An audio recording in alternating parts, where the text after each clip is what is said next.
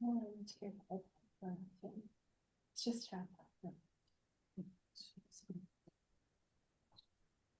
Yeah, I don't know if word got around, but our nice friends from Omaha Corning Arts just dropped off some treats right before the meeting. Go over here on the table, please have some, there's water, there's coffee, anything you like. Great. Okay, now we are actually live. So those of you who are looking at us realize that we are real people. We are not AI creations. And a copy of the Nebraska Open Meeting Act is available for audience members. Additionally, there is a copy of all reproducible written material that will be discussed, available for examination and copied by members of the public pursuant to the provisions of the Open Meeting Act. And with that, we will start the meeting with roll call. All right, a couple of housekeeping things. First of all, there is an extra copy of the packet over here if anybody would like to follow along with a hard copy. Because this is the state meeting, we have to do everything by roll call. And because we're doing this via Zoom, I will read everybody's name first and last so that you get to hear your last name at least. Okay, all right, Sherry Hofshire. Here. Brian Botsford. And I should have mentioned, please unmute while we do votes. Brian. Brian's there. I saw him. I saw him earlier. If he can wave at us at least. He must have stepped away. Well, he's here. Zachary Cheek is here. Yes, I am. Hi. Hi, guys. And Brenda Davis. Here, can you hear me? Yes, Yes. ma'am. Thank you. Crystal Dunning. Here. Thank you, Crystal. Jana Goranson. Here. John Gross. I haven't seen him. There he is. Great. Thank you. Karen Harris. Here. Julie Jacobson. Tim Jeffrey. Here. Clark Coulterman. Not here. Clark Roush. Here. Dean Salerno. Here. Lori Williams. Here. And James Wright. Seen James. Okay. All right. Thank you all.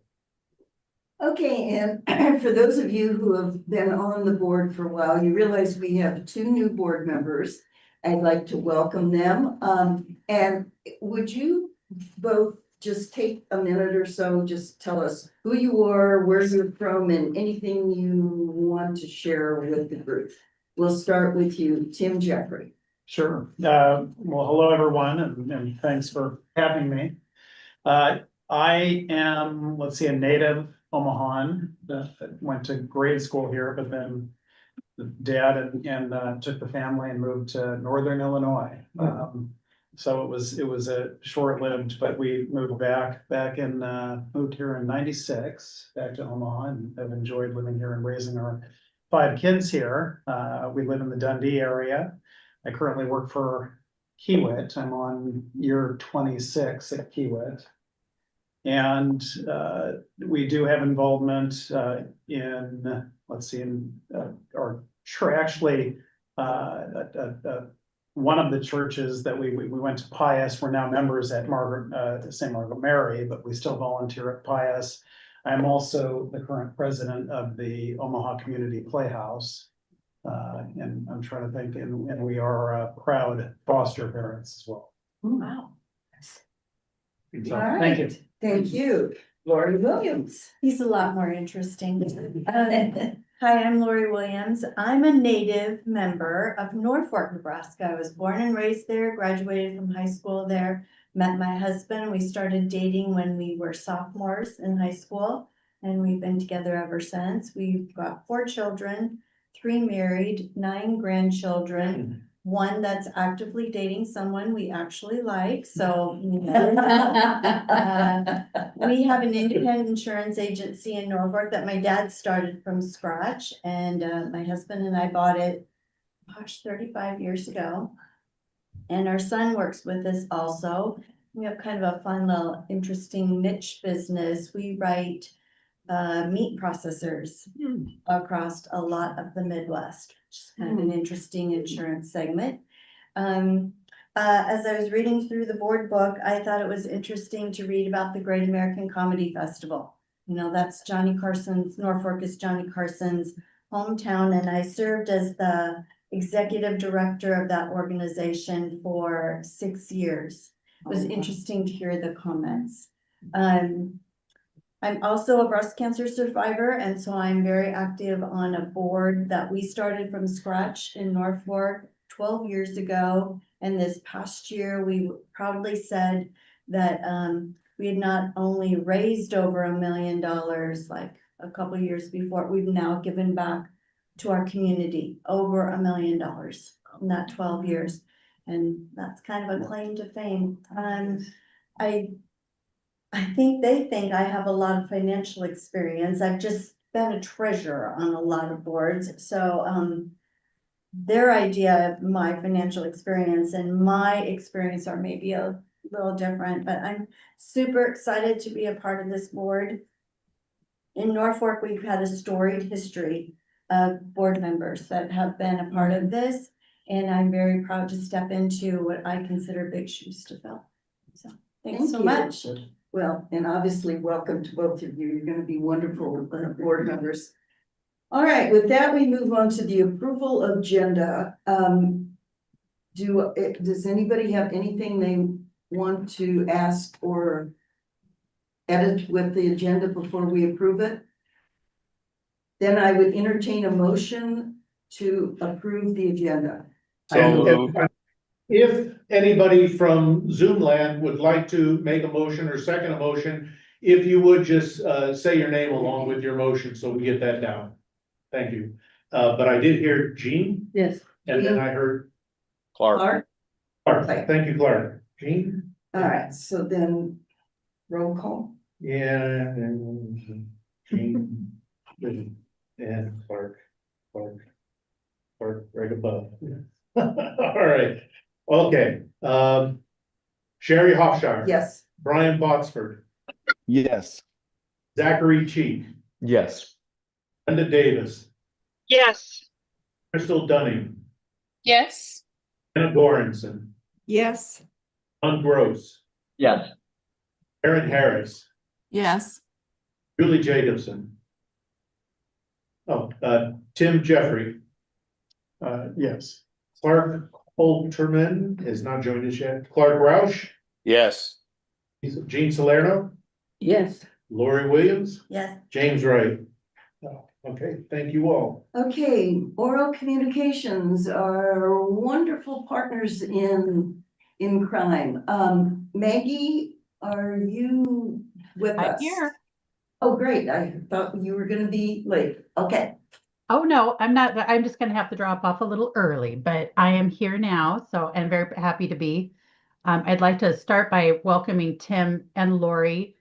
I am fortunate to know Lori very well. Her husband, Scott, serves on the Nebraska Cultural Endowment Board.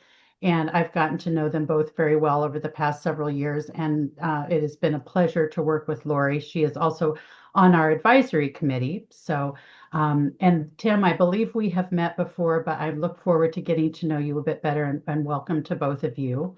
I usually do a little endowment update, and I believe Lori is well versed in the endowment at this point. But Tim, if you would ever like to grab a coffee and do a deeper dive into the endowment, I would be more than happy to do that. In fact, I open that up to anybody on this board anytime. So a few updates for the endowment. We have so far over $7 million raised to our $10 million 2030 goal.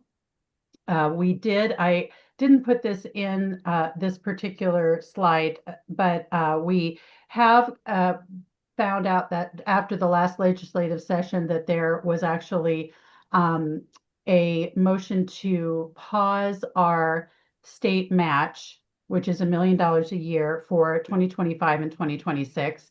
So we are currently working with our lobbyist, Corby Gilbertson, she has actually crafted a bill that is going to be sponsored by a senator who shall remain nameless for the moment. She's approaching a few folks to see if we can get our 2030 end of the match extended to 2032 so that that 2-year pause can just be extended. So we still get the 10 million just in 12 years instead of 10.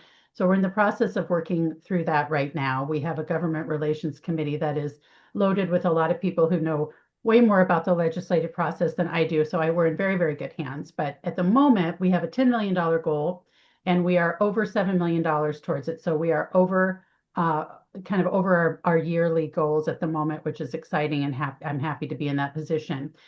We just found out that the Doherty Foundation has committed to a $500,000 yearly operation grant for 3 years. So it's a $150 grant that's going to be parsed out within 3 years. These operational grants are extremely helpful for us because it helps take a little bit of pressure off of us using our earnings to support our operations. We try to keep our operations very lean.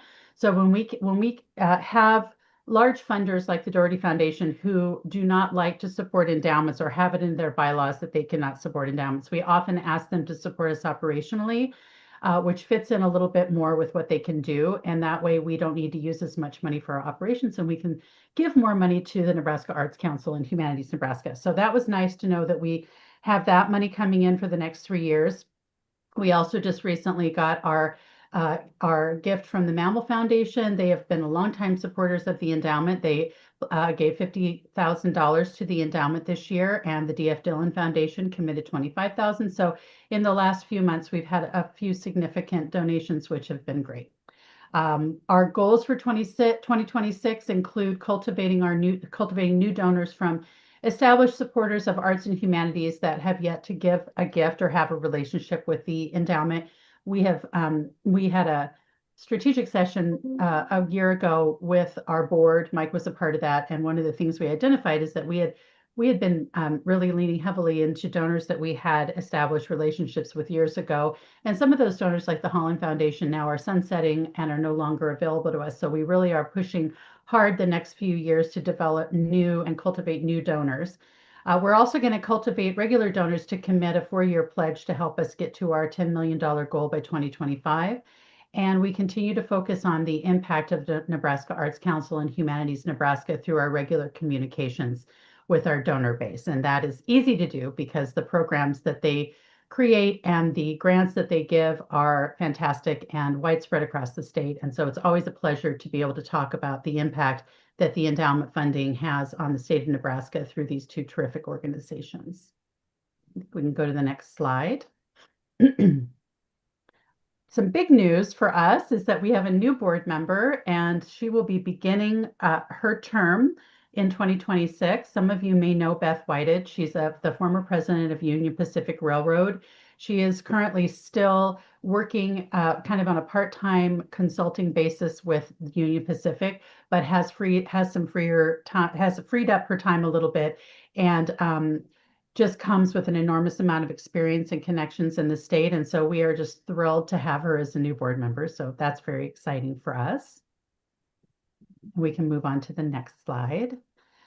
And this is just a little screenshot of what the endowment has distributed in 2025. And we distribute from both our private fund, which is where if you write us a check for $100, that goes into our private fund. And then that private fund is matched by that $1 million state match. And those funds go into the CPEF fund, which is the fund that is managed by the state and the State Investment Council. And Mike probably talks to you all about that quite a bit. So you'll learn a little bit more about that fund. But both of these we draw down funds from every year. And then you can see where we have distributed those funds to the Humanities Council as well as the Arts Council this year. And I'm happy to pause at this point if anyone has any questions about any of that. I'll just remind folks, in case we're using a lot of initialisms, CPEF is the Cultural Preservation Endowment Fund. You know that. Yes. Very good. Yeah. Okay, and then I think I've got one more slide. Tim has a question. I do have a question. Now, is that to suggest that there is the matching is in place for the remainder of this year, but come January 1, that disappears from the state? No, so how it usually works is we, at the end of every year, we send a report to the investment council and we say, we've raised $1 million this year. And then they deposit $1 million that match into the CPEF fund. And what that means, the pause that happened in the last legislative session in the spring. And it said they weren't taking away the match, they were just pausing it for 2025 and 2026, meaning this year, at the end of the year, we will not be giving them that report and they will not be depositing that $1 million into the CPEF fund. Same for next year. And what we're going to ask them to do in this next legislative session is, instead of asking them to give it back to us, is to extend the campaign from a 10-year, $10 million campaign to a 12-year campaign. So eventually we get that 10 million. And so it remains a $10 million match. It's just that we're pushing it a little further down the road. Does that answer your question? Or Okay, so hopefully it's a timing issue. hopefully Yeah. this has happened before and it has been successfully managed this way. So we're hoping that we can, from a historical perspective, we can get that to happen again.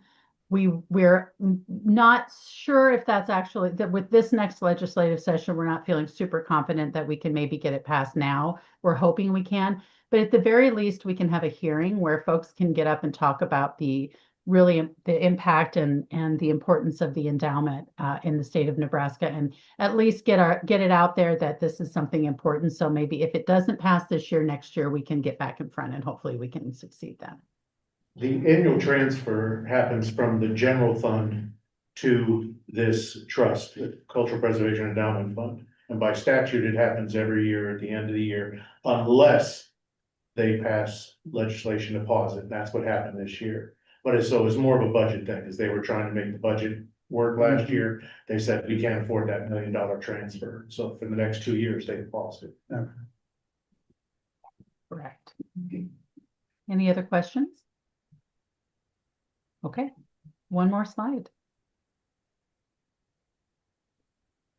So those of you that have been on the board previously have heard me talk about this research project that the endowment has I've raised private funds for, so none of this funding is coming from the endowment funds. It's coming from donors independently. But we found that there was a real need for a statewide research project to identify the impact of investment in arts and humanities and culture across the state. And I have been working with Amplified Arts on that. The endowment is the lead, they're project managing it. And it's been going on for the last few years. And the updates on that project are that it's called the Nebraska Cultural Investment Report. And we engaged with UNO School of Public Affairs Research and Dr. Josie Schaefer and Dr. Morgan Vogel to initiate a qualitative and quantitative research project. And over the last year, they have finalized the first phase of that research. And in November, we convened an engagement panel, which was comprised of folks from all over the state. Mike attended it, so did Rachel, and so did Talisa from the Arts Council staff. And we also asked for a variety of different folks. Some were arts advocates, some were artists themselves, some were development or leaders of organizations, arts and humanity organizations across the state. So a wide variety of folks from all over, small, large cities, small towns. And it was a really wonderful conversation about what the research was, as well as how we can use the research to become a tool for everyone in the arts and culture and humanities community to have conversations around the importance of investing in arts and culture and humanities in their communities, and what the impact in communities is when you make an investment of that sort. So we're looking at things like economic impact, we're looking at health and wellness, we're looking at youth retention, and we've created these wonderful case studies from a qualitative aspect, and from a quantitative aspect, we're looking at data pulled everywhere from census to Board of Labor, Department of Labor, and so on. And we had all this research and we showed it to everybody. And then we had breakout sessions and we asked, like, who do you speak to? Who is your audience when you talk about the importance of arts, culture, and humanities?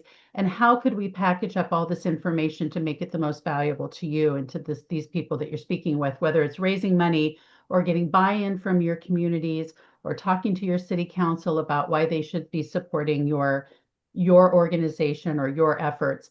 And we had a really productive and wonderful 2-day session in Kearney.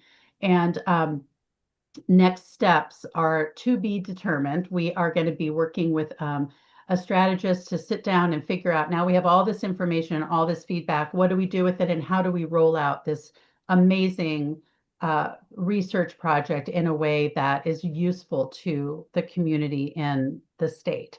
And so we are excited about 2026 because that's going to be when we figure out and how we figure out what we're going to be doing with this information and how we're going to be packaging it and releasing it to the public. And so things are rolling and it's really exciting. And I just wanted to make sure I was updating everybody on that. And I'm also happy to take any questions at this point if anyone had any.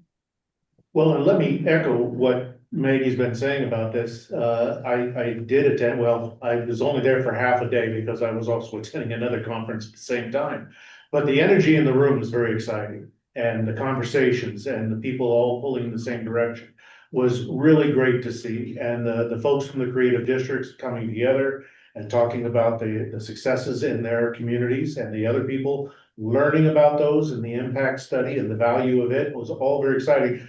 The numbers tell a certain story, but to bring all these people together and to hear the narratives that they had to say about the difference that the program and the arts make in their arts and culture make in their community was the stuff that really is going to help the argument going forward. And so it was great to hear all of that and see the result of Maggie and her team's year and a half of labor. I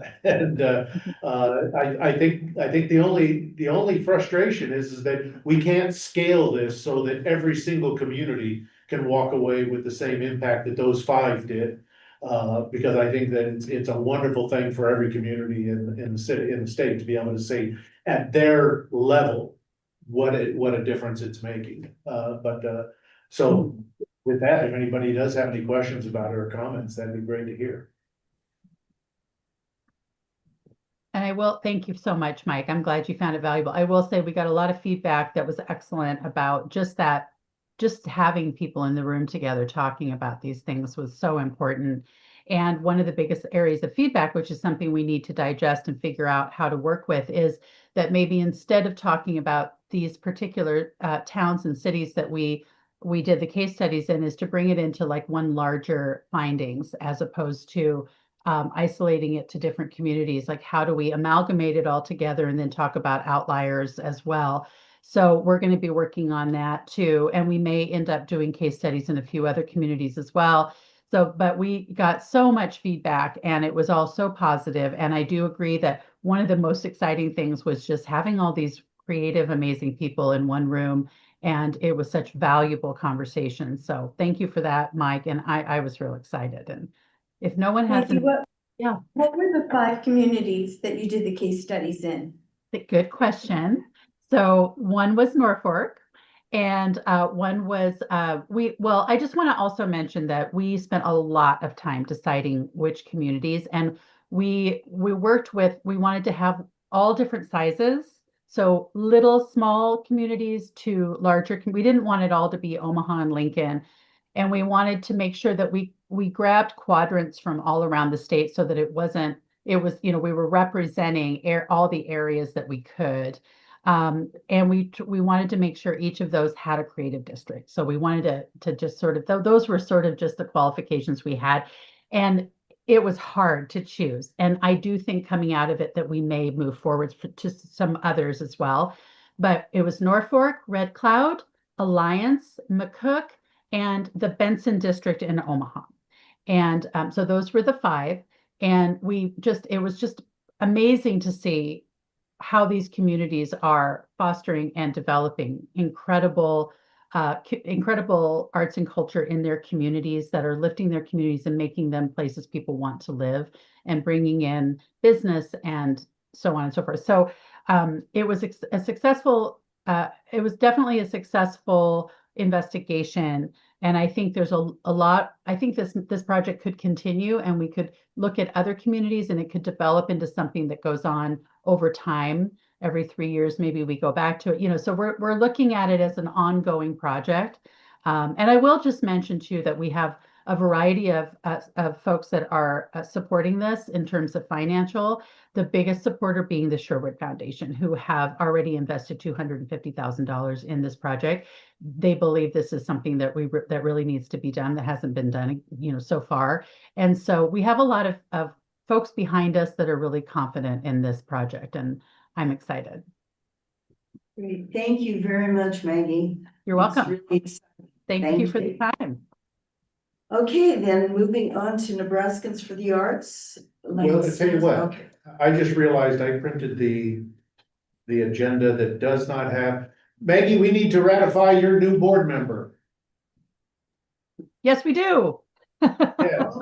One of the duties of the Arts Council is to ratify new members of the Cultural Endowment Board as they came on, and as Maggie said, would you mind returning back to the slide with Beth's picture? Beth has joined the Cultural Endowment and we need to ratify her joining the board. So all we need is a motion to ratify her appointment to the Cultural Endowment, a second and a vote. All right, I would entertain a motion. Well, she's being added to, oh, yeah. The no, Cultural Endowment Board. Is that a motion, Lauren? That was a question. She's A motion, second motion. Okay, What did we get? We said Jean? Yeah, my mouth was Motion open. and Tim. I move Okay. we ratify Wonderful. Maggie for Thank you. All right, motion Beth, first and second. Beth, that would be Beth Whited. Thank you. Any discussion? any discussion? Okay, vote please. Sherry Hofshire? Yes. Brian Botsford? Yes. Zachary Cheek? Yes. Brenda Davis? Yes. Crystal Dunning? Yes. Ken Goranson? Yes. Gross? Yes. Aaron Harris? Yes. Has Julie joined us? Julie Jacobson? Okay. Tim Jeffrey? Yes. Clark Holterman is not, and Clark Roush? Yes. Jean Salerno? Yes. Lori Williams? Yes. James hasn't joined us, right? Okay, thank you. Okay, so then moving on to Nebraskans for the Arts, Lance Nielsen. Good afternoon, everyone. Good to see everybody online. Just give you a little bit of updates what's happening in the world of advocacy. We can go to the second slide there. Give you just a little synopsis of the federal level. And I just had a call just a couple days ago to kind of give us an idea. We've been monitoring a lot with what's going on with NEA and NEH. And as you all know, we just finally ended the government shutdown just a little over a month ago. And so we're on a continuing resolution until the end of January. What may happen, and we're not really confident on this, but what may happen is that the Interior and Environment and other agencies subcommittee, now that's where NEA and NEH funding appropriations sits under. They may try to pass that as a separate little appropriations. The only thing that's holding it up right now is some regulations with EPA. So it may not happen, but they may try to get that to happen before Christmas. If not, then we'll probably be a part of the bigger package that they'll try to wrestle with in January. Nothing like waiting to the last minute. That seems to be the thing we do. So we're keeping an eye on that. And then we're also just really paying attention to what's happening and the changes that are happening at the Department of Education. And because all that will eventually impact arts education. So as we start to see this changes in how they deal with all the Title 1, 2, 3, and 4 money, if they just start sending those out as block grants to the states and say, states, you deal with it, that really change just the way things are done. So again, we have to kind of pay attention to that because we don't want anything impacting arts education. Because right now, arts education does get supported in each of those. So if it gets changed to the states, that could be a whole different matter. So those are some of the things we're looking at the federal level. The local level, obviously, as we're going to be entering our short session, and there's a lot of work that needs to be done, and it's all going to be about the revenue forecast and dealing with the state budget. And we've been told many times from many different organizations that I've been in communication with, any bill that has any fiscal note will absolutely probably not be considered whatsoever. So we'll be kind of just paying attention to that. We will be advocating and working with the Nebraska Culture Endowment on that bill with the state match. And obviously we'll be working with Mike here as well as he has his hearing with appropriations for the Arts Council. So we'll be collaborating with all of you, and we'll just kind of have to keep our ears and eyes open as we go into this. Again, I think it's going to be, just to be really upfront, it could be some contentious conversations going on. So again, we're going to want to be very close to those conversations. Another thing, we are part of the Creative States Coalition. This is a relatively new organization that is another opportunity to kind of share some ideas that are going around in other states. And this year's convening was in Austin, Texas. And so I actually moderated a culture and creative district panel. And so now there was a number of people from the cultural districts that are in Texas, so they had an opportunity to kind of explain what they do, and they've been around for some time. But it was really kind of interesting because I had an opportunity to kind of share what's going on in here in Nebraska. And considering that this is a relatively new program and how successful and how much it's grown in the little amount of time that we've had, that was the biggest question that was presented to me. How did you create that energy? When I think what is unique is that we had some funding support right up front. And what I've learned from a lot of these other states is they created their cultural creative district program with absolutely no funding to begin with. So I think we're kind of unique in that way. And so as we look forward, we definitely want to kind of, we got to get through this budget year, but down the road, we really want to promote that, because I think we have an opportunity to keep that funding going and maybe expand on that.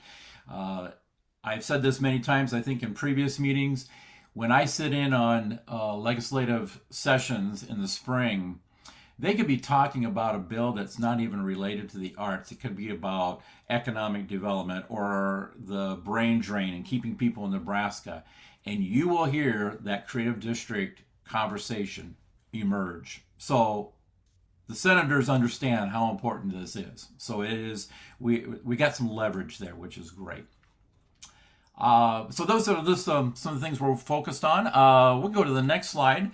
I'd like to invite all of you as members of the Arts Council to join us on our Arts and Culture Day. We're changing the name. It used to be the Arts Advocacy Day. We're changing it to Arts and Culture Day because we want to celebrate what the arts and culture does and supports Nebraskans.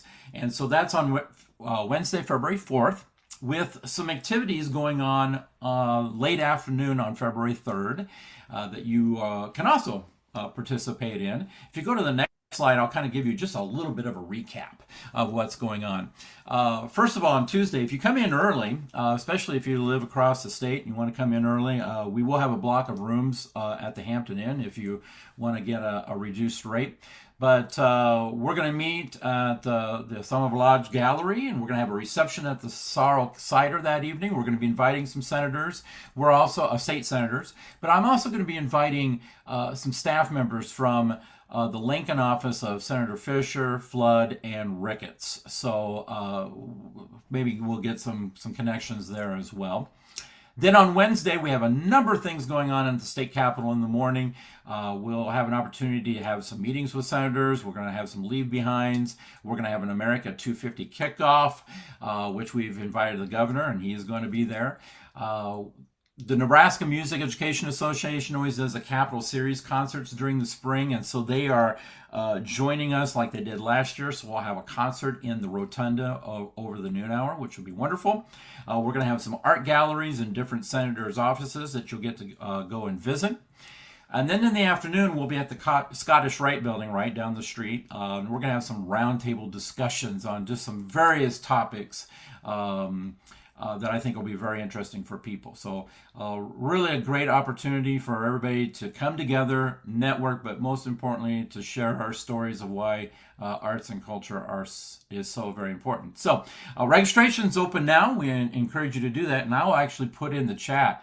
There's a link. Just go to our website, and there's a little button right on the front page there that'll take you to the registration of the Arts and Culture Day. And if you're not a member of Nebraskans for the Arts, we'd love to have you join us as well, because we try to keep all of our members up to date with what's going on in the world of advocacy.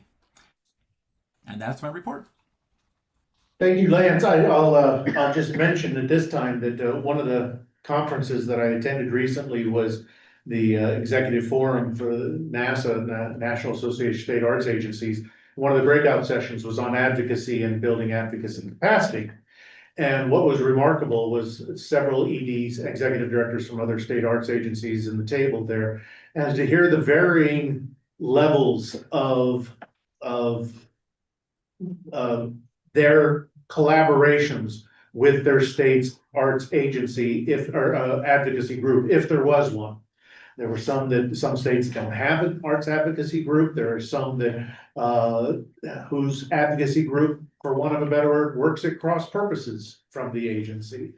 Yeah, I found that hard to believe too, but it's actually out there. And so to have the close relationship that we do with Nebraskans for the Arts and the Cultural Endowment and Humanities Nebraska is really truly unique across the country. And I think that synergy helps us in a lot of the arguments that we make in our legislation and in what we're trying to do, impacting the communities of the state. So thank you, Lance, for all the great work that you continue to do. This should be a wonderful thing. There will also be that reception. We'll be inviting some of the folks from the creative districts across the state, so you can meet some of the neat people who make those things happen too.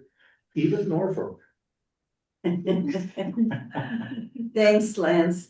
And absolutely, Maggie and Lance are part of our NAC family. There's no question. So thank you for all you're doing. Okay, let's go on to approval of minutes. Does anybody have any corrections or additions to the minutes from the September 11th meeting? Okay, hearing none, could I have a motion for approval of those minutes? Zach, I'll move. Thank you, Zach. Second? Jana moves. Thank you, Jana. Hopshire, Yes. Brian Botsford, Yes. Zachary Cheek, Yes. Brenda Davis, Yes. Crystal Dunning, Yes. Anna Goranson, Yes. John Gross, Yes. Aaron Harris, Yes. Tim Jeffrey, Yes. Clark Roush, Yes. Amy Salerno, Yes. Lori Williams, Yes. and thank you very much. I'm getting there. You know, That's all it's right. every other time now. Either way. All right, our next item on the agenda is the introduction of the appointed council members and the oath of office.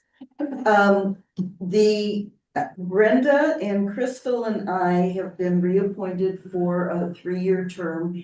And if you'll remember, we talked back last year about the fact that we wanted clarification on those short first terms. Because there are a half a dozen of you out there who had short first terms. And what we were told was that short first term doesn't count for anything. You can have 2 full 3-year terms, regardless of that, plus that extra.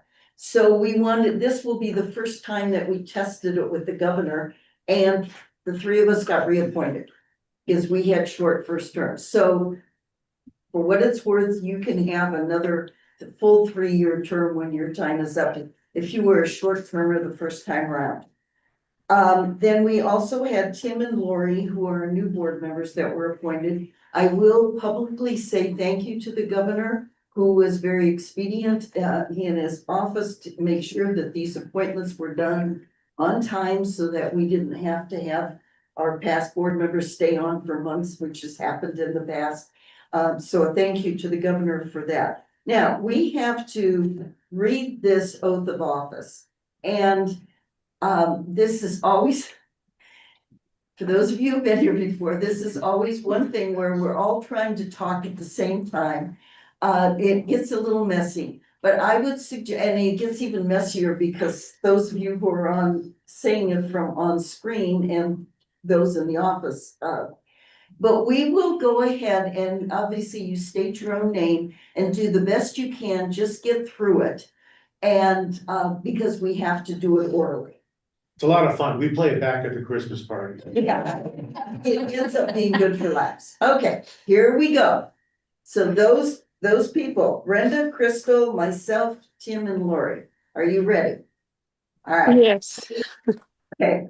I, I, I Crystal Dunning, Brenda Davis, do solemnly swear that I will support support the Constitution of the United States, States, the Constitution Constitution of the State of Nebraska, against all against all enemies, foreign and foreign and domestic. domestic, I will bear true faith, true faith, allegiance to the same, the same, and I take and will this take this obligation freely without mental with mental reservation or for for purpose the of purpose of evasion, evasion.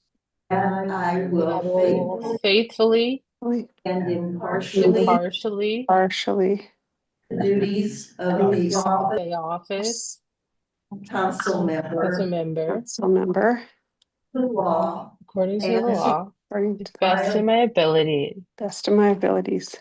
I do further Further swear swear that that I do not advocate or nor am I a member of any of any political party or that organization that advocates of the government overthrow of the government of the United States or of this state or force or violence, and that and that during such time as as I I am am in this position, I I will will not not advocate become nor become a member any of any political political party or organization that advocates the overthrow of the government of the United States or this state by force or violence. God. So help me God. 7:30 mass, am I right? Thank you. I know this always is difficult to do, even when we're in person. Can you tell us what it all means now that you've taken that? Well, it means that we're not going to overthrow the government by force. I can imagine all of us going out. I mean, we look like we're really. Okay, Ironic for an arts organization. it is, but I'm Usually sure it'd be it's, more peace loving than. yeah, I'm sure it's an oath of office for all agencies. Okay, let's move on to the fun stuff, financial report. All right, and without sounding like an apology, our financial officer, Margaret, is taking care of a family member, and so I'm filling in, and so be nice to me.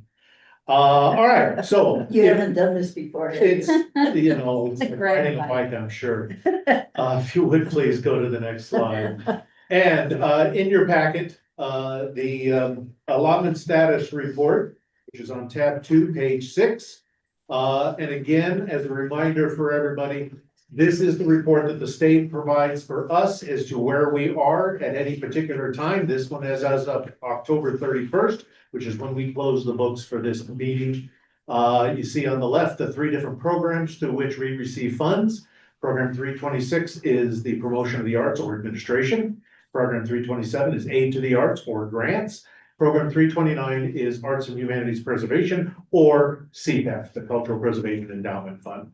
And I'll just direct your attention to year to date. Those are our year to date expenditures. And you can see that as of October 31st, the percentages of our budget that we had expended in any of those categories. Oh, I should also mention that you see along the side there, we receive funds through the general fund, that's our appropriation, cash funds, federal funds from the NEA, in each of those three different categories. Okay, so if you go and stop me anytime you have any questions. Oh, let me real briefly mention that you see encumbrances, new policy with the state, anything we buy through, who is it? People who give us staples? Deposit, Depot, Home Depot. Office Depot. Office Depot, has to be done through a purchase order. And so now it shows up as an encumbrance. So you'll start seeing those more often. The 565,240 are the unpaid development grants to the cultural, creative districts. So that's the encumbrances. Okay, so if you would please, next slide. And you see here our books, which should and have to match the state. You'll see in the year-to-date expenditures, the magic column there, the boxes, those numbers match the state. So everything is great. And as, oh, you know what? We didn't have Jana introduce this. That is perfectly fine. I'm sorry, Jana, that was my fault. Well, the important thing is that this all went through the finance committee last week, and the finance committee recommended these reports to you. So know that they've all been looked over. They've been looked over diligently, and this is sort of a shortened report. But at any rate, though, they approved all of these reports at that time. And so I will just at this time, if there are any questions that anybody has about any of these, as was reported last week, we are really in good shape in terms of the budget. There have been no surprises. We can vote on these financials unless anybody has any questions or concerns about them.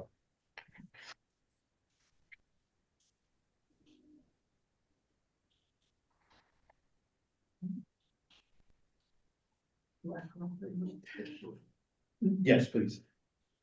Okay, we'll take the vote then. Oh, we need a motion, sorry. Jana moves to accept this financial report. John, Karen, second. I heard John, I didn't hear the other. Well, Karen. just go. Harris, second. Hey, Karen. Two, okay. Anything?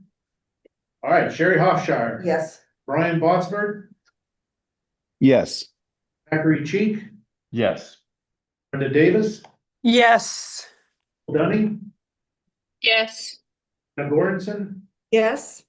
John Gross, Yes. Darren Harris, Yes. Jim Jeffrey, Yes. Art Roush, Yes. Dean Salerno, Yes. Lori Williams. Yes. Thank you. Are you going right in or should she call you? See that?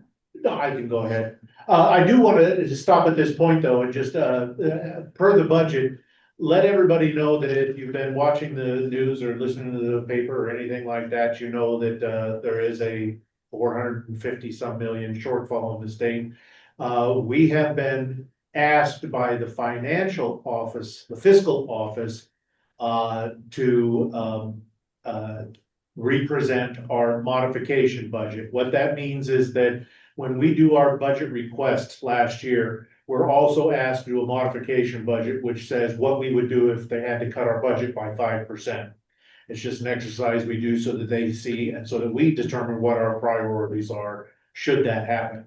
We've been asked to revise it and resubmit it, which we all take to mean that there's a very strong likelihood that we will be asked to make such a reduction. There's even talk about a 10% reduction. That said, I had done that last spring when I established the budget simply because where we are. So we are in a position that should a 5 or 10% reduction happen, we're still in good shape. in these times, I'm pretty conservative with the funds, and so we always make sure we've got some to go into the next year. So just in case you've been watching the paper, we're okay, that may come down the pike. I've been told that some of the smaller agencies may not be touched. So that all remains to be seen. We anticipate finding out sometime early January as to what the actual situation is, but, so there's that. Are we considered a smaller organization? Yeah. Or is- Yeah, we are. We like to keep it that way. Under the radar. That's right.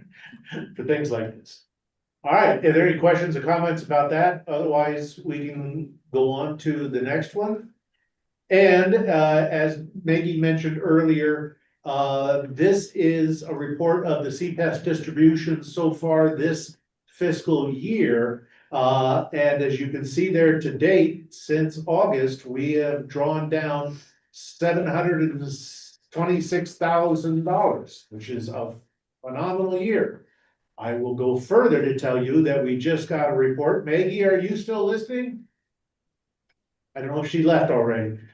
We just got a report that says there's another $95,000 that we could draw down.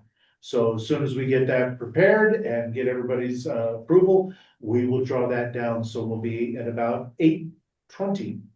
So it's been a very good year so far. We can only hope that that continues. All right.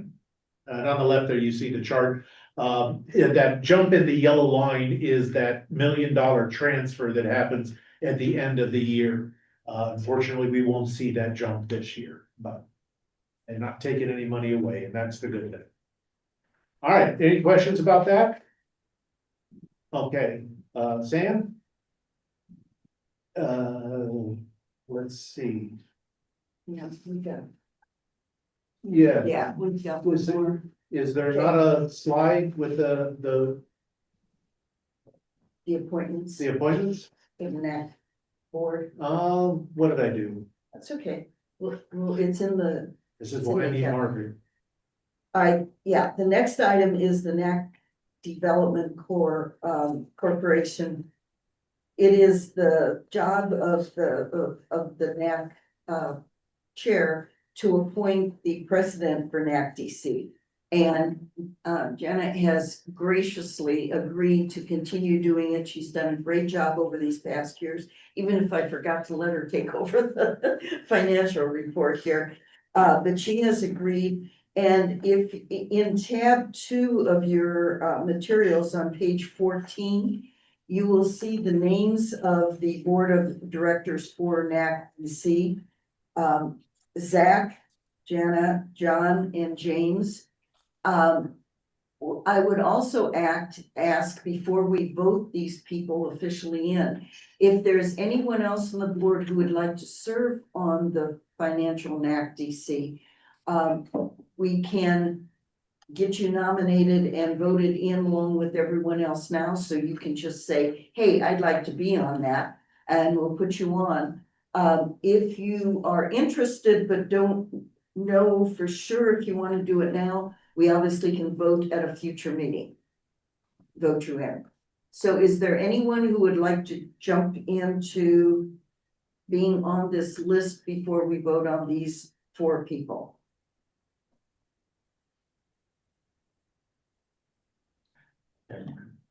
Okay, I need somebody to vote to nominate him. Or would you nominate yourself? Are you comfortable with that? Sure. Okay, self-nomination. Tim he joined us for our meeting last week, and he's agreed to be on it. So it would be Zach, Janet, John, James, and Tim that you'll be voting on. Any questions before we take the vote? Okay, If you get interested later on, you can always show me. yeah, I just need to. sure. Okay, so vote. We can take a motion to approve the slate of nominees. A motion to approve the slate of nominees, somebody? Clark so moves. Second. Second. Here, Okay, thank you. okay, thank you. Sherry Hofshardt. Yes, Brian Broxford. Yes. Zachary Cheek. Yes. Brenda Davis, Yes. Phil Dunning, Yes. Anna Goranson, Yes. John Gross. Hey, one question. Can we actually vote for ourselves if we're on the slate? Sure. Okay, then yes.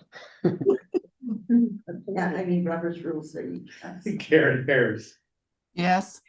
Julie, Tim Jeffrey, Yes.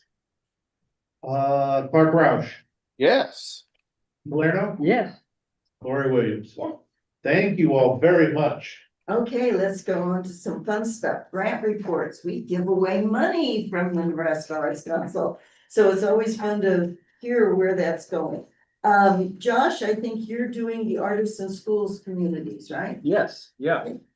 It was not a big year, or not a big semester, I guess, but we did have 3 requests. And if you want the category St. Stephen's, they are kind of expanding what they're doing with their annual theater productions, and it's exciting to see what's happening there. Nothing contentious. It was a pretty nice little panel. I see. The library, I'm sorry, Josh, we were. If I may, just, you'll see, on each of these charts, the percent of your request, 72%. Just in case you're curious, what we do is after we have, after we see how many, who all gets, approved, we take the pool of money available in these 4 grant categories. We distribute it, we allot it to the different categories based upon the request in each of the categories, that percentage of the total request. And then we make sure that we have an equal percentage across the board. So you'll notice that all of the grant categories have 72% of the request is the starting point. Okay, they'll get more or less of that based upon their average score. But our goal is for everybody to get 72% of their request. Hopefully I said that right. Any questions? Yes. Is the scoring different? Obviously, there's lots that I don't know, but is the scoring different for each committee that's set up, or each type of? There is a different criteria. Okay. But it's all based on a 100-point score. Sure. Okay. Same formula underlies all. It does. Yeah. Okay, any questions on the Artists in Schools communities? We'll go on then to Arts Learning Projects. Clark, you chaired that one. I did. Man, we had a rock star panel, let me tell you. That was fun. And I mean, you can just see on the far left side, the average scores. And I've been on the panel side before where there were grants that scored way below this. And I think what's happening over time is, because they get so much verbal feedback on what would have made a better grant, that the grants are just getting better and better. And I guess as a professor, I'm particularly tickled that more and more and more of them have a more robust assessment puzzle piece of the puzzle to what they're doing, to prove what they're doing is effective in various quantitative and qualitative ways. And I thought the panel was just great. And they've got, if you ever sit on the panel, that's a harder job than I had. I just sit here and call on the next person, and then they do their stuff. And so I thought the process went very well. We did vote to fund everything. And just the wide array of things that's happening clear across the state. It's just really encouraging. And it just makes my heart happy to be a part of this and to see all the things that are happening that possibly wouldn't be happening without this organization or all the people that it takes to make these kinds of decisions for the organization. That's it. Okay. Yeah, those scores are really, really high for those who've served on panels before. You really did have a number of really good applications. Okay, the next two panels are panel 1 and 2 of arts projects, which were held over 2 separate days. Rachel, are you going to, Julie's not with us, is she? Julie's not with us and Jean was not able to sit in on those. She had to be elsewhere. So Rachel will tell us about the one. Panel 1. Yep, absolutely. So we had so many project grant panels that we divided them into 2 panels this time. So panel 1 was mostly music. Great panel. Again, I think Clark hit it on the head. These applicants are getting such good feedback at panels. They're writing really good applications.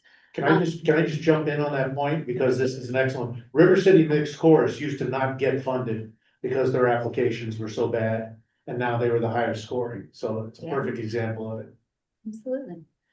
And so this was again an easy panel. All of the applications were funded on this panel. So nice and easy, great panelists. Okay. Anybody have any questions? Okay, then arts projects panel 2 is one that I attended. If you look in tab 3 on page 34, this was a more complicated one. We had I will agree with what Clark said, we have a rock star panel. The applications did not live up to the panel in a few cases, which you can see in that 3 of those were not granted. Were not recommended by the panel to be granted. So we are bringing that to you as an arts council that they're not recommended. The comments that came from the panelists, you can find the Prairie Arts Center on page 42 in your book. Page 40 for the Midwest Art Fair, and the Black and Pink National on page 37. The comments pretty well explain exactly what the issues were. I would be happy to go into any of them in more depth or detail if you have questions specifically, or if you want a basic overview. I think the scores pretty well speak for themselves as well. But there were issues that were, most of the issue concerned whether or not the money they were asking for is something that really fits our criteria of what we should be funding. And the other piece was some of the poorly written things that were not spelled out, left out, too many questions. When there's a lot of questions, you can't make assumptions. And so we can't give money based on assumption.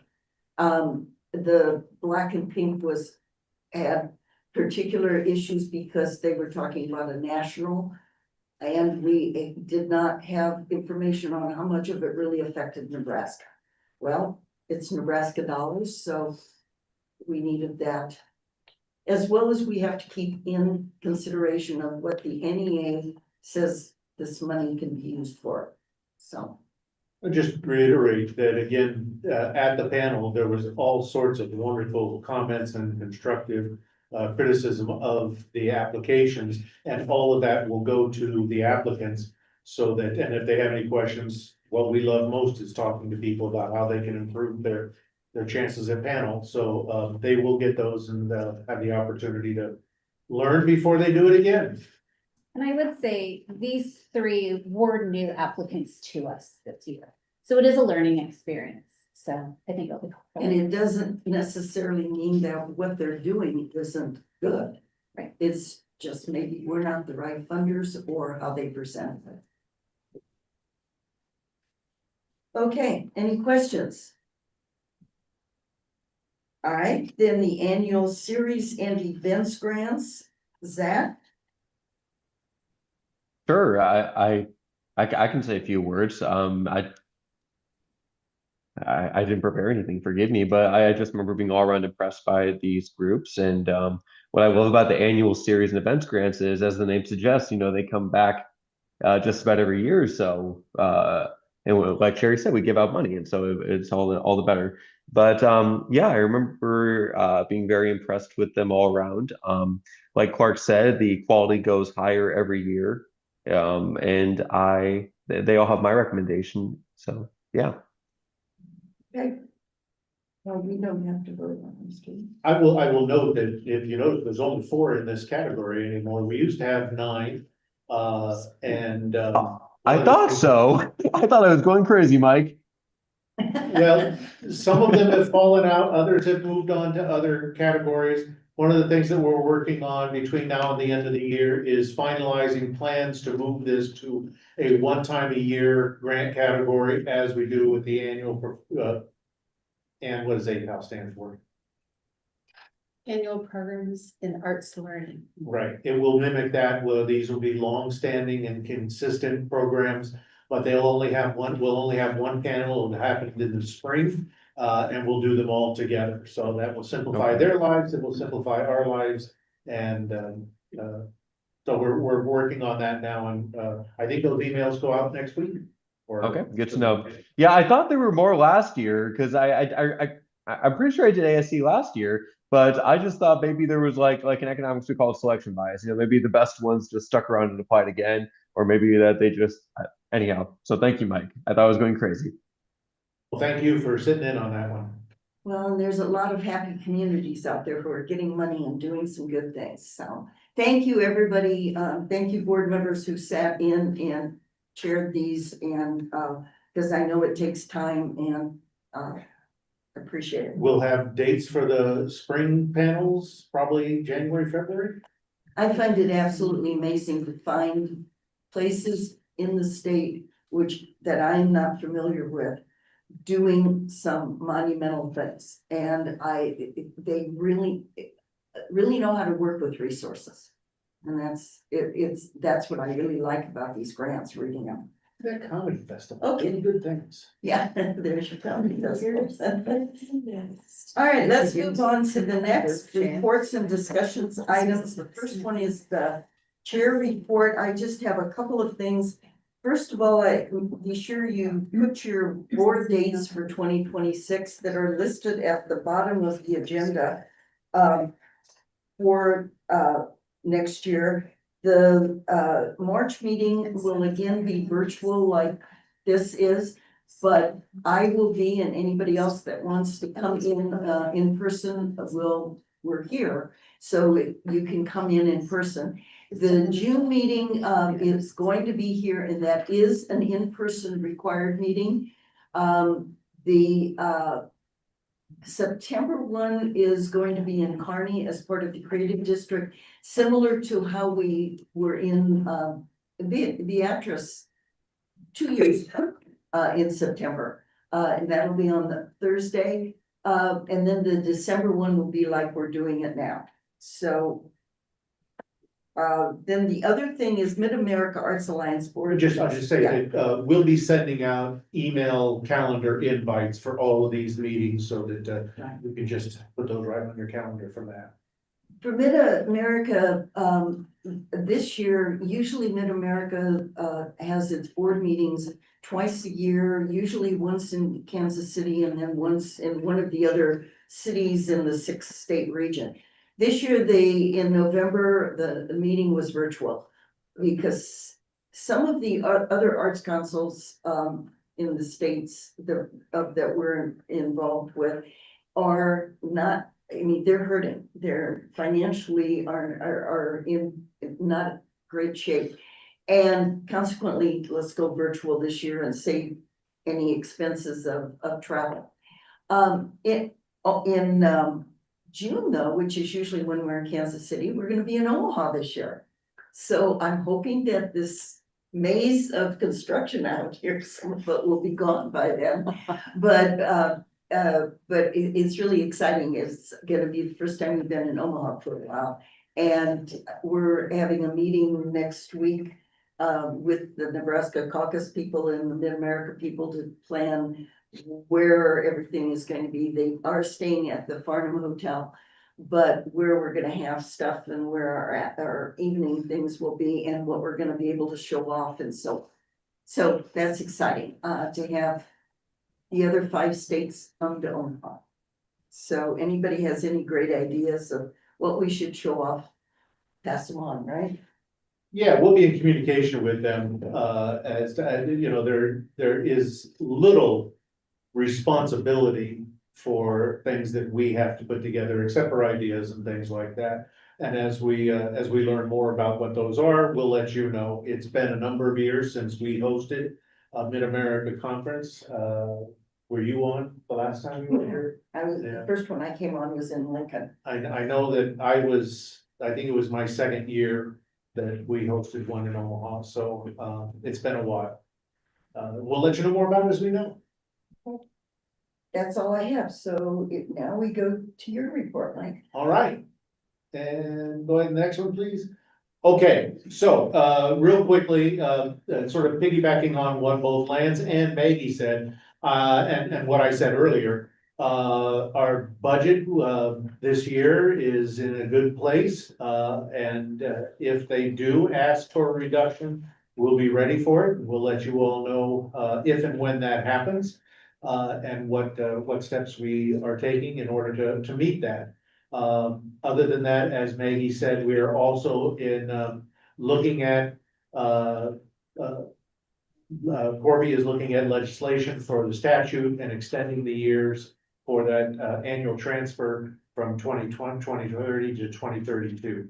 And so if any of you ever have any questions about that or the statutes that create that transfer, just let me know. But, that's what's happening. That's the big news legislatively this year. We are going to, in subsequent years, gonna try to change the language in the 1% for art program so that we eliminate that $300,000 cap. The big projects that we have right now that Megan is gonna tell you about in a little bit, were all grandfathered in before that cap. So we will be receiving the funds that those bring with them. State Arts Awards, if you go on to the next one, since we all met last, we had a very good, successful State Arts Awards. These are some of the images from it. And if you have any questions about any of them, but what I will tell you is that I think one of the best things about the awards was this was the second year that it was the State Arts Awards. And if you remember before the last one, I went to the governor and mentioned that we wanted to change the words, the title from the Governor's Arts Awards to the State Arts Awards. And at the time, he said, sounds like a good idea, but you never really know until the second time around how he actually feels about it. He came, he said gracious things, he stayed and talked to the winners afterwards. So I think he's on board with the State Arts Awards. But that's the happy group of folks there in the middle. They all received their awards. And it was well attended. We did it over at the Cornhusker instead of under the Rotunda. I think we'll continue to do it that way. Because I think one of the things that we were reminded of is that this is not just an award ceremony. It's also a chance for the people from the arts to come together. And we don't have enough of those opportunities at a statewide level. And so I think that we'll always do it in a venue where we have the size and the welcoming ability to do that. So it was a very successful event. Glad that it came off the way that it did. Okay. I would want to take one photo over there on the right. You see yours truly talking with Lynn Rex. And those of you who don't know Lynn, we gave Lynn a special award because she is the executive director of the League of Nebraska Municipalities. And she is one of those people that when we first started the creative districts, actually was very skeptical of the idea. But after talking with Rita Stinner and having a few conversations with her, she very quickly came around and is now one of our strongest proponents. She gets up and talks at any opportunity about the value of the program, as she did at this event. You know, we don't allow many people at the microphone when we do these events, and Lynn said, I'm gonna talk. So she did, and what she said was wonderful, and she's been, so if you ever run into her, please take the opportunity to introduce yourself and thank her because she does great work for us. Unless there are any questions, we'll go on to The sad news, both because Debbie Armentrout, our business manager, is retiring. Equally sad is the fact that she's not doing well right now, and so she's not here today. She is home, getting better. And so her last day is Friday. We are hoping that she is well enough to join us on Thursdays for her retirement party. But we will certainly miss her. Those of you who have met her, you know that she's just a joyous person. And so that's been valuable to have around the office also. The back half of that is that we are now looking for a business manager. So if you know anybody that fits that bill, please don't hesitate to ask me or tell me about it, because it's important. That's a key position. So we'll be looking to replace, or at least find a different person to be in that position. Next. Some of this is old news, but some of this is exciting. Lance mentioned in his talk that there's going to be a kickoff party for America 250. We'll be part of the Arts and Culture Day, and it will include the state poet Jewel Rogers has agreed to write a original poem to celebrate this year and what the state will be celebrating all year round. She'll do it at that event. She'll also be doing it in apparently a number of different communities during the I-80 celebrations in the summer, including at ours on the 4th of July. The other thing that we are now currently doing is interviewing a number of the people involved in that time period 50 years ago for the I-80 sculpture project, including some of the faces you see there. That's Dan Worth, who was the project architect in 1976 and is instrumental in getting the project on the National Register of Historic Places. And the woman down there at the bottom is Jo Brown, which she has come to light. She was a board member for 13 years back in the 70s, around this time. And then in my last conversation with her last week, she was telling me that she was actually on the committee in 1973 that started to put the plans for this whole thing together. And it's like every time I talk to somebody, it's like, you know, out of the woodwork, oh my goodness, you were involved in it too. So Jo is probably, even as we speak, being interviewed for her role in that project 50 years ago. And I know that Karen, has Matt talked with you yet? Actually, I talked to a number of people. I talked to Art Thompson and the reality was what we had to offer, was repetitive. There was no reason to interview me in addition to a couple of the other people they were going to interview, because I was not adding anything new. I said I'm available to do whatever, and just let me know. But nothing is scheduled at this point. You were there on the ground in the community working, you know, and you had a connection to the artists, and I thought that was all a wonderful part of the story. Not my call. So no, I worked with Jo, and when you it's so long ago, and lots of the people that I worked with aren't alive anymore. And I don't know, it was fun to visit with the people and to talk with Art, and he was one of the chairs. And well, Megan knows where you live, so if he needs anything. No. And I shared what, some of the things I wanted to, and but we'll see. I don't know. Well, yeah, we may call upon you again. I think I'm willing to help in any way you need me, but that's. Again, your connection to the artist is so valuable. The last photo up there, the black and white, is Roadway Confluence, which was the piece that was out in Sydney and disappeared, but it's my favorite one, so I put a picture of it up there. I was sorry, because several of the ones that were not built, are not built, and the one in Kimball and the one at that one. I was sorry that they weren't. Yeah, there were originally 10. Yeah. Pieces. Two of them, during the time period where there was a lapse in the project, the funding for them sort of fell through so they never. It just kind of disappeared.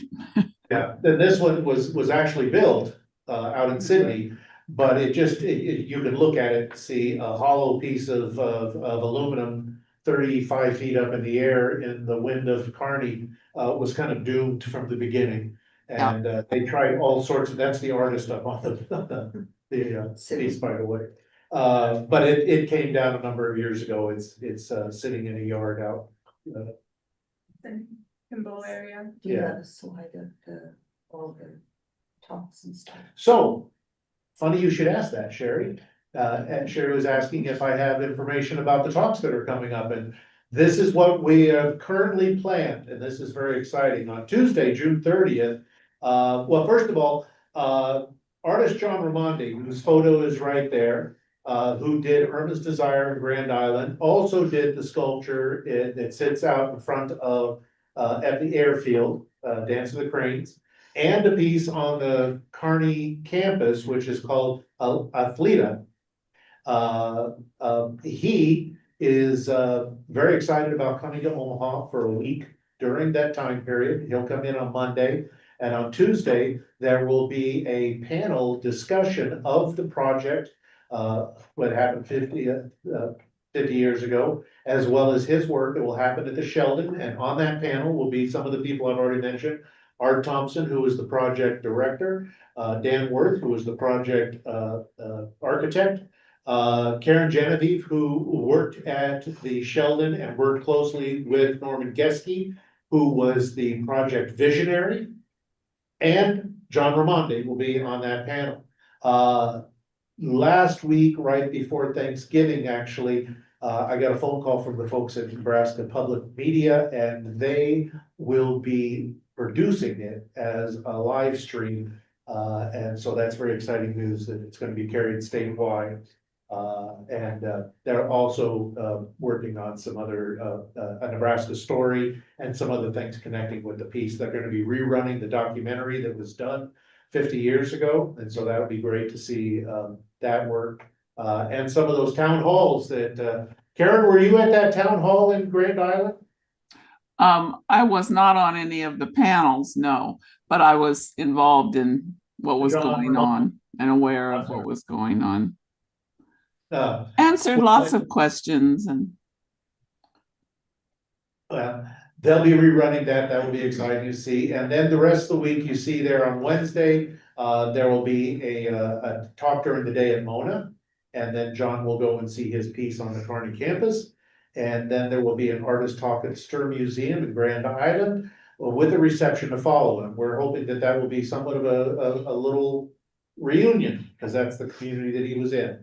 And so Chris Hochstetler at Grand Island and Andrew Donahue, am I saying that right? At Mona have graciously opened up their spaces for those events to happen. Thursday, there will be an artist talk at the Joslin with a reception with the artist. Scratch that, that's not. Well, it's part of their, that's the right. Thursday night monthly talk. So it's a big public thing, and they haven't offered a reception. We may do our own. Friday is open right now because it's the Friday before 4th of July, and we didn't think that'd be a good time to try doing some public event. But we will be looking to see if there's any private events with the artists that we might do it during that time period. You can come to York on the 3rd. And he's going to York on the 3rd, so you're right, we need to amend this, so thank you, sir. Then on Saturday the 4th, there'll be a morning talk at the National Guard Museum in Seward. And then the rededication ceremony had happened at 2 p.m. at the Blue River Rest Area near Seward. Where the governor will be there, state and national representatives. And the state poet will do her poem again. And We will have area musicians perhaps doing a newly commissioned piece that was part of a grant that received a award this commission that Lance Nielsen can tell us about. Is Lance still with us? All right. All right, so a whole week full of stuff, and then John Ramondi will leave on Monday. Well, Yeah. that's really rolled down. Yeah. But anyway, though, so he'll be here the whole week. There'll be all sorts of things going on, a lot of excitement and a lot of work. Jean and Sherry have already been working with a lot of these folks to help set this up, and thank you guys very much for helping with that. There'll be more details about that as we go along, and there's some other things that we're continuing to work on, which Megan's gonna mention now. Well, I was just going to mention, if you're curious about learning more about John Raimondi's work, I have this book that he sent us for anyone who's in the office, and if you're not in the office right now and you want to see it later, I have it, and you can just pass that around if you're curious to see more about what he has done over his career. Okay, any questions? If not, Sam, we can move on to the next one, and I'm done. Okay, don't want to say anything about the NASA executive forum. Oh, well, I sort of did already, yeah, the NASA Executive Forum took place November 11th through the 13th. The 50-some executive directors from the states across the country, plus their deputy directors, all came to Omaha and met for a couple of days, and it's designed to be a intense opportunity for us to sit and talk about the things that we're dealing with. And it's always a great opportunity to learn about how other people operate. You'd think that there'd be a lot of uniformity between state arts agencies, and the thing that you always come away remarking about is that there's such a variety between the state arts agencies in blue states versus red states, those that are departments rather than independent agencies like ours. Many states operate under the Secretary of State or within the Department of Economic Development or something like that, and have little autonomy in terms of how or what they do. Whereas we operate as an independent board, and except for the governor appointing the people on the board, we are allowed to do an awful lot of innovative work, which we are reminded about as we talk to some of our friends in states that don't have that ability. And so it's always good, and as I mentioned before, the opportunity to talk about how people deal with some of the things like advocacy, like preparing for potential changes in the political environment or in the budget environment, to sort of see where everybody is and guard against the future and support. There is a great amount of support that comes out of this. Just recognizing that there are people out there who understand what we're going through, and that we have people that we can turn to. So it's wonderful to have that opportunity every other year, and this year it happened to be in Omaha. I think everybody I talked to said they had a wonderful time here. You know, as you all know by this time, Omaha is a wonderful undiscovered gem for a lot of people, and they were all staying right over here, 2 blocks away at the Embassy Suites. So they walked out the front door and had the old market for their oyster, and many of them enjoyed it. I think the only disappointment was they thought that there was karaoke somewhere in the old market, and they couldn't find it. Couldn't find karaoke. So apparently it's gonna be quite the thing at the next conferences to have karaoke, so. Okay, great. Program reports. Rachel, tell us about creative districts. All right. What are we at now? We are at 36 certified creative districts. I will say certification has slowed down a little bit, but that's okay. We're still busy, don't worry. But we are up to 36. Next slide, Sam. And these are the ones that are in process. So that means they have at least sent in letters of interest. So they are still working through the process. we are still hearing from communities who are interested in the program that haven't even sent anything in yet. Mike and I had a meeting with a group in North Omaha before Thanksgiving that are talking about it. So there's still a lot of interest. Our newest letter was from Bassett, out west central. So it's really exciting to see all of the work that is being done. Next slide. The big thing that we are working on right now, we just had a deadline for the development grant. The development grant is a category for the creative districts where they can request up to $100,000. Projects do have to come out of the strategic plan that they created when they were certified, but it gives them a lot of flexibility. They get to pick out of that strategic plan what projects it is they're going to work on. And so you'll see a very brief synopsis on the screen.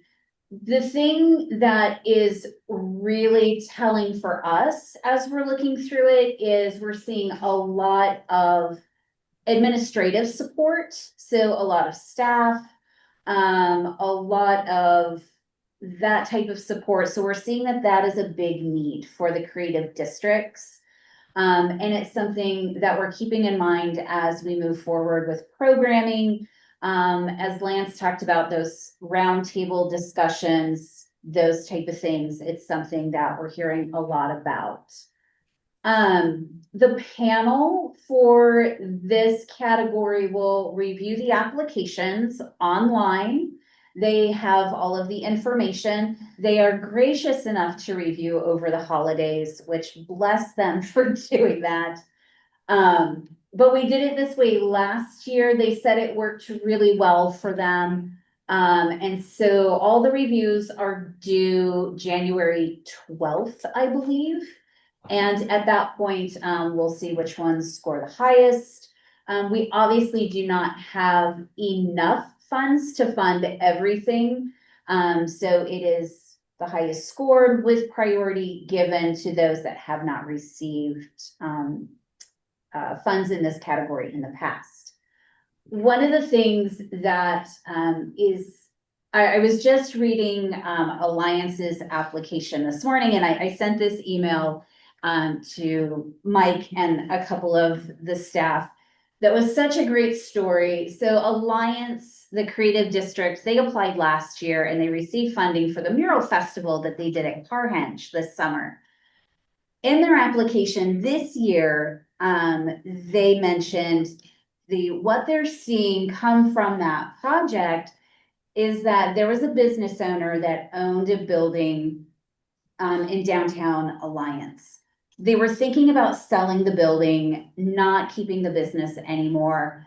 What they did as part of the mural festival is the artist who painted the cars out at Carhenge did a small mural on the building.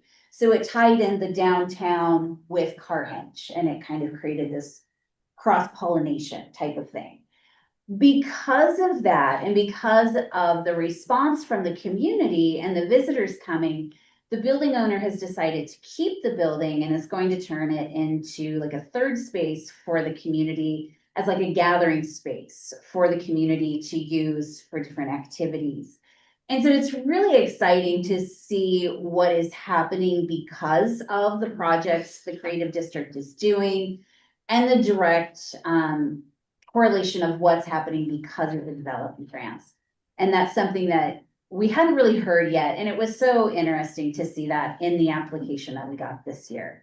And so along with that, these great stories that we're hearing and the quotes that we're getting from districts, we're going to be compiling those in anticipation of the legislative session that will be coming up so that we can have the districts write in and testify and talk about all of the good work that they're doing because of these funds, because we know budgets are going to be tight this year. And so that's one of the things that we're looking at and kind of looking ahead and doing that work. I may reach out to a businessman in Creative District again and see if they'd be willing to come testify. I think, Mike.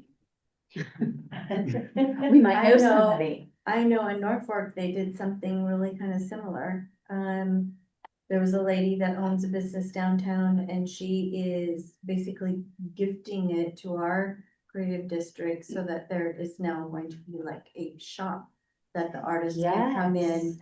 Because although we have a beautiful art center that displays art, we don't really have a working place for artists to work. And so like, in that collaborative space, yes, and that's It's a developed. wonderful space. Yeah. Is this the space where they had the little markets? Mhm. Yeah, yeah. Yeah. Markets. And they're doing a holiday market right now. And Yeah, so yeah. that, you know, like, that's just all kind of bubbling. Wow. Yeah, it's really great to see that. So this is, only existing creative districts are eligible for this one right here. Yes, correct. Okay, that's a good chunk of money. The initially they get a $10,000. I don't know, what's the official name of that $10,000 when they're accepted? Certification grant. Right, and then they go through and can apply for up to $100,000. The way to, Yeah, originally it was more, but we had so many. That Yeah. we knocked it down. the way the legislation is written is that they have to be a certified district in order to receive the grant funds. And so that's why they go through the entire process, and that's when the grant funds kick in and we become eligible. Okay.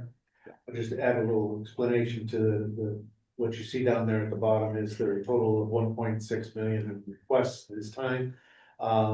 After taking out funds for the certification grant and the appropriation, the amount of money that's available from the general funds is 900,000. Then if you remember, we also have the cash funds that come from the kickback from the SAFFA. Sports arena financing something fund. Thank you. Those sales tax dollars that come from Pinnacle Bank and the bank in Ralston, or the arenas in Ralston, Kearney, Omaha, Lincoln. And it's now approximately $50,000 4 times a year. So you can see that for this year, we have an additional $300,000 from that cash fund that will augment the general fund. So we have approximately $1.2 million to use. So we're just $400,000 short from being able to give everybody all the money they need to make these things happen. I see Norfolk's not on there. Don't think they applied this year. They didn't apply this year. Now, some of them don't apply if they've received funds in the past because they know they don't have priority. And so they're like, our time can be better spent somewhere else. We're probably not going to get funded. There's other districts that apply every year just on the case that maybe no one else applies.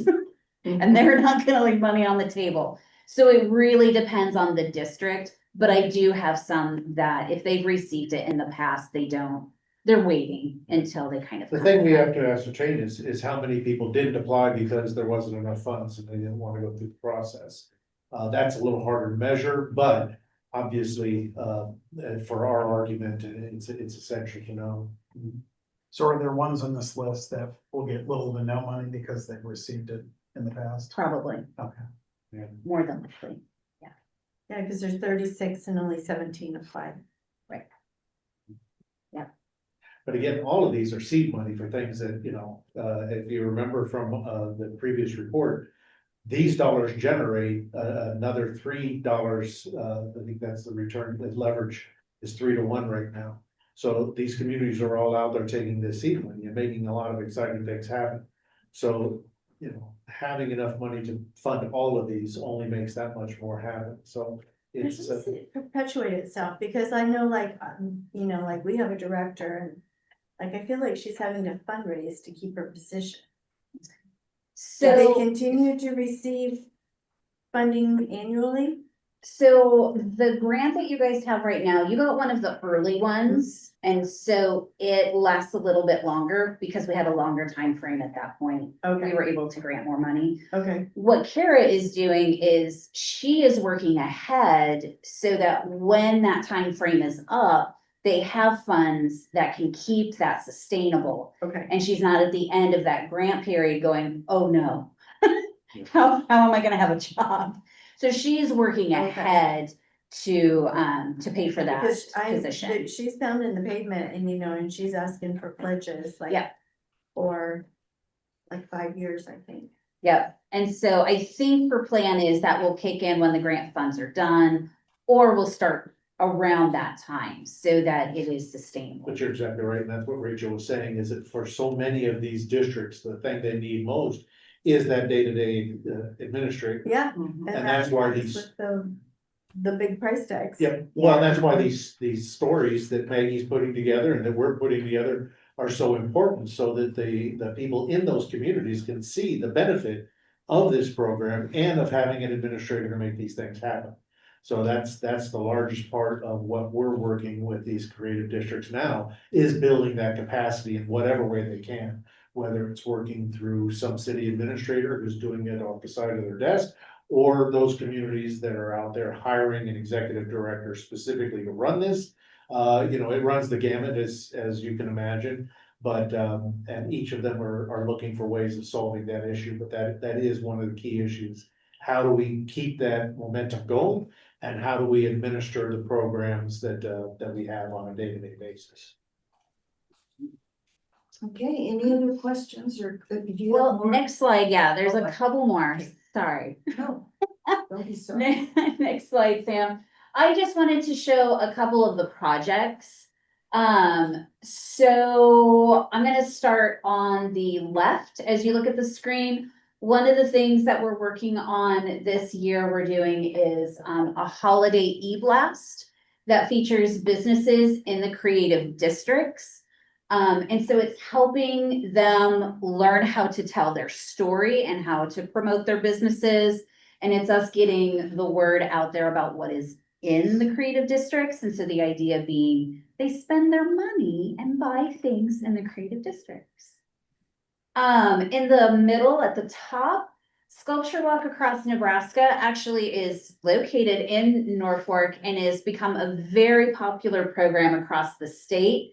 And it's really interesting to see how that has kind of taken off in the creative districts. And they're having leadership roles in that program. And so that's been exciting to see. Top right, this is actually, will be added to our website soon. And it's a presentation that an artist from one of the creative districts from McCook put together and talks about the importance of creativity in creative districts. And it's so interesting to me to see artists and the creative districts telling that story. It's not us. They're driving the bus for lack of a better word. And so it's so great to see them take ownership of that and creating these workshops and these presentations on their own that we can share and we can support. And then the bottom right photo, Auburn is doing a really great project, hired an artist to come in to paint a mural of bees. They have kind of taken the honeybees as their identity. And so we were able to go down one day. You can't see us very well, but some of us on staff and Lance were able to go down and meet with the artist. And he was so interesting and talked about community engagement in the arts and this idea of a hive and everyone working together. And so Matt is actually going to be presenting at Arts and Culture Day. They're going to be zooming him in, and he was just a fascinating person to talk to. And so it's going to be really interesting to have him as part then of Arts and Culture Day. It's such a wonderful story because they adopted the identity of honeybees for their community. I don't know what they call themselves, the honey bee of Nebraska or whatever, but they saw a need for identity, which is one of the things that we promote through the Creative District program. And they adopted this honeybee because the honeybee is the state insect of Nebraska. And it is because some child from Auburn wrote a letter to the governor years and years and years ago saying that's what she thought it should be, and they adopted it. So that's how they're working. The other half of this is because, he interacted with the community to build the ideas for this. The thing you can't tell because we're all standing in front of it, but it's one of those murals that people interact with. If you can see, right above our heads is the queen bee. And then there are all these bees lined up on either side. And so it's one of those murals that you go up and you take your picture and amongst all those bees. Rachel did it while we were standing there. And those, you see like the angel wings on murals and such, that people go up and they get their picture taken. That interaction, that engagement with the art, I think is just one of those exciting things. And that's what they've created there on the side of this building. So it was really a neat experience, and to talk to the artists. And I think it's something that every community should go through. Yeah, it was great. Okay. And one more slide, and this is just a follow-up. The last time we met, we were in Norfolk at the assembly. And so I just wanted to share some photos from our assembly.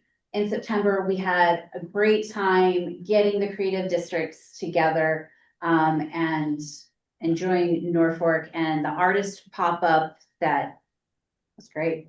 And so next year, we will be in Kearney. And so we're starting to plan that. It will be our assembly and our statewide arts conference. It will be a 2-day event. And so we'll be out in Kearney next year. Point out, upper left-hand corner, Senator George Dungan, who came and just spoke very eloquently about the value of the program and there at the community.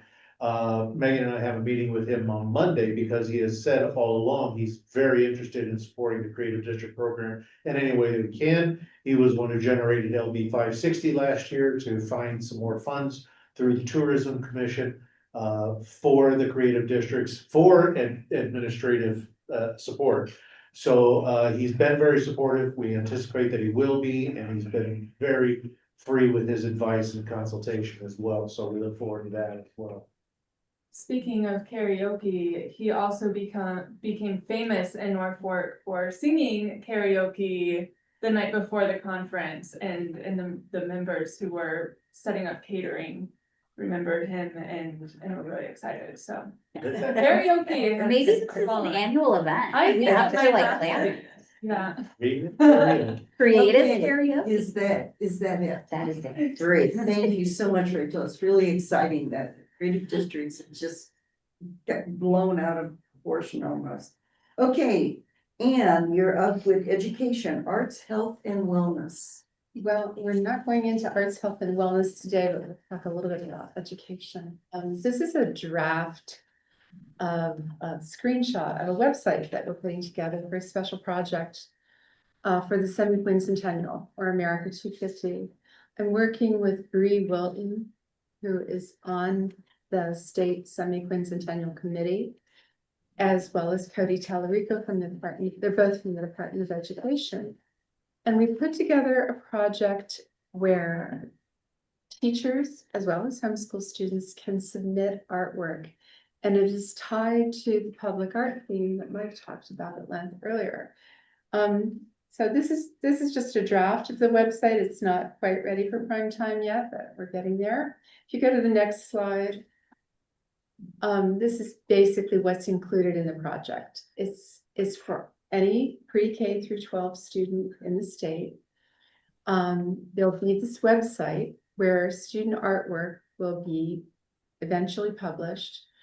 There is a lesson plan toolkit that is aligned with social studies standards and fine arts standards, and it can be adapted to basically any grade level. I suspect we'll get more applicants from middle school and high school, but we don't know yet. Basically, teachers can take advantage of the toolkit, the lesson plans that are published on the website, to guide their students through projects having to do with public art. And there'll be some references. It's not directly tied to the I-80 sculptures, but there'll be some references. There are some references to that in the toolkit. And the underlying concept is that public art is a way for students to think about how they would creatively define their community, celebrate their community, what they would want to say through art about their community. So eventually, over the next several months, teachers will be able to take care of these lessons with their students and submit up to 5 artworks per teacher for any of their students. And then we will be selecting a small body of the artwork to be printed out. All of the artwork, as long as it meets basic guidelines, will be published on the website. So it's a way for kids all over the state to have their work published on a website. But then a small selection of the artworks will be printed on large format film core. There'll be an exhibit at the state capitol in July. There'll be an exhibit at Mona in August, and there'll be an exhibit at the Department of Education in September. And that's as far as we've gotten. Wow. It was always a goal of this whole I-80 project to raise the level of discussion about public art. And so to have this education program centered around that has really gone a long way. I think right now there are 2 main components of what the state is doing for the US 250 celebration. And right now we've organized both of them. So it's kind of neat to be part of that. Thank you, Anne, for your work on that. Any questions? Anything else? That's all I've got. Okay, great, thanks, that's exciting. Okay, Megan, public art and artists. See, we actually do have. Josh, you want to tell us what's going on with this new initiative? Yeah, Sorry, Josh. no problem. The Arts Access Collaborative of Nebraska is something that kind of grew out of a Sherwood grant that I applied for and we got last year. Initially it was just to support our grants or that was the main thing, but another slice of that grant went to getting a group of arts organizations and disability centered organizations together to have conversations about what needs are, what kind of programming works, what hasn't worked in the past, how to fundraise around those topics. And it's been really successful so far. I'm really so pleased to say that we had 38 attendees at our first meeting. Lots of Omaha and Lincoln folks. I would really love to see folks from all over the state be a part of it. So my task now is to reach out to communities across the state to get more people, more representation. Shelby Sire and Carrie Nath are supporting me in my work here. They are both accessibility consultants and artists themselves, and having them as a part of our ACON group has been really wonderful. And it's just great to be able to get done with a meeting and be able to debrief with some people who are really invested in there. And they're also providing things like accessibility guides to support people who are participating in that group. On the right-hand side, you can see a list of some of the participating organizations so far. Like I said, I'd really like to push out the boundaries a little bit. We did have a handful of folks from outside of the metro areas, but we want to get more of that going. If you would like to see more about what this initiative is about, please join us at one of these meetings. The next one is February 10th. It'll be 2 p.m. on Zoom. We would love to see you there. And that goes for everybody who's in cyberspace. You can do it. See, you're here already. Send me an email if you want to get involved, and I'd be happy to get you on the list for that. Meetings are like 90 minutes. There's usually a topic. I'll send an agenda ahead of time so you can gauge your interest level. We also have a listserv, which I'm really excited about. We haven't got very much going with it yet, but that'll be a place where if people need an interpreter or have a question or are looking for a disability-centered organization to work with, they can send a message to that listserv, and everybody who signed up for it will see that message. So that is a little platform for us to communicate through. And that's all I got. Again, one of the things that we are successful at, because we are a state arts agency, or state agency, is that we have that ability to bring people together to facilitate collaborations. And this is a wonderful start to that. And again, as he mentioned, this is made possible through some funding that Josh was able to secure from the Sherwood Foundation, but it also fits under that umbrella of the funding, the programming that we're doing in arts and health and wellness, that the good people at the NEAs gave us some extra money for. Spend the next year determining what we can and what we should be doing and how we can work with other organizations to help make some things happen. in accessibility, in working with inclusionary programming and that sort of thing. So it's all exciting stuff. Thank you for making this start, Josh. Great, thank you, Josh. Okay, Megan? All right, so I manage the 1% for Art program, and usually whenever I'm giving updates on this program, it's about a large commission piece that we recently acquired, and so I wanted to focus on this because it's a little bit different. It is for the Christensen Oral Health Education Complex in Kearney. On the UNK campus, and if you remember, we did go through the commission process for another piece that was about $300,000. This is one of those projects that Mike mentioned earlier, grandfathered in with a more than $300,000 budget. So we actually have about $200,000 in this project to also purchase 2D pieces for throughout the building. It is a pretty large building. It services UNK students, faculty, and then there's also a clinic within the building. So and then they also have a flex space for a local community college to partake in health specific classes. So there's a lot of extra space, and having this opportunity to do 2D pieces is really great to help fill that space, but it's also a really good way, usually, if we can't do a big commission piece, or if we decide to do 2D purchases, it's really a great way to focus in on local artists who maybe don't work on a large scale like that, so are able to purchase pieces locally. In this particular piece, all of the artwork is local. There's just one artist who has strong Nebraska ties, Leslie Ewine, who used to live in Omaha and still has family here. So it's really important to have these sorts of collections focusing on local artists occasionally. And we will still see projects like this come through, where we're just purchasing 2D pieces and not doing a commission piece. Although I would like to mention that this model where we're commissioning pieces and then having 2D selection process in the same building might be fewer and far between with a $300,000 cap. So it's this model, commissioning and 2D purchases might not be as common, but we hopefully will still do more 2D purchases. I think it really highlights in the building well for people using the space. Next slide, please. Unless there's any questions on this. We do have 2 more projects where we're doing that similar model with larger budget. So there will be more opportunities for local artists still with those. Okay, and then my other update is with the Folk and Traditional Art program. This year, in January 2026, we are looking forward to our second biennial Folk and Traditional Art exhibition in the Fred Simon Gallery.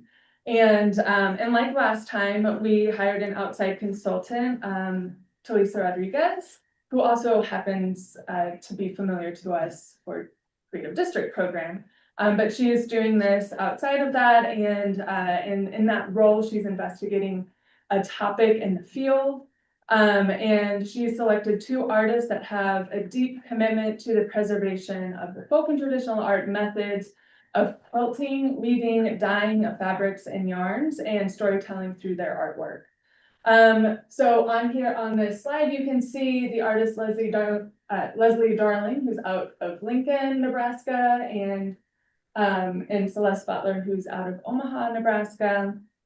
And both artists have been recognized in fine art circles, and their work is steeped in methods and traditions that in some cases have existed for centuries or since humans made their first garments.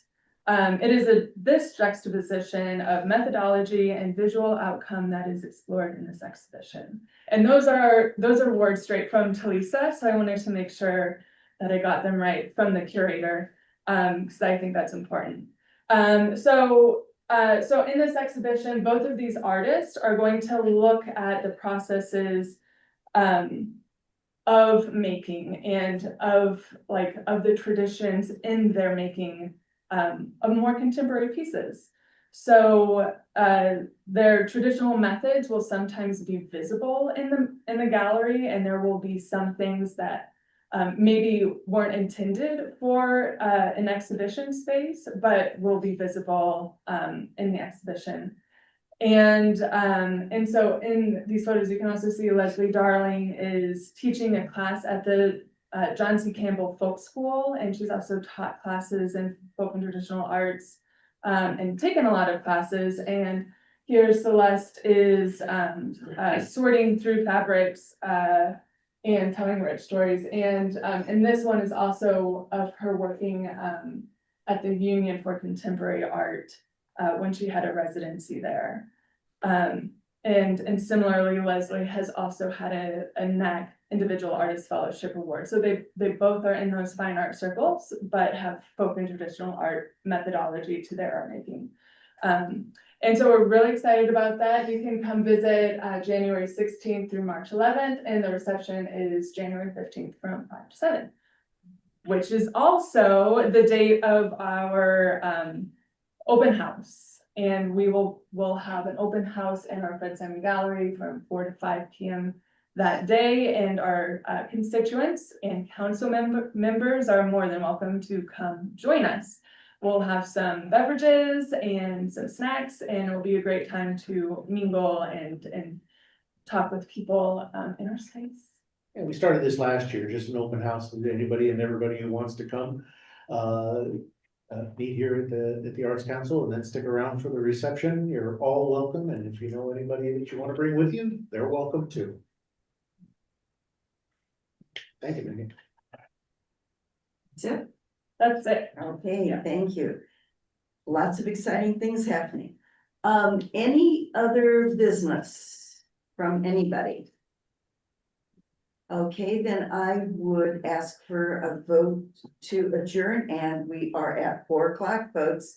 We got it down. On the dot. Yeah, vote to adjourn. Motion to adjourn. I move we adjourn. Jean, is there a second? Zach, I'll second. Okay. All right. Then, Okay. Sherry Hofshire. yes. Brian Botsford.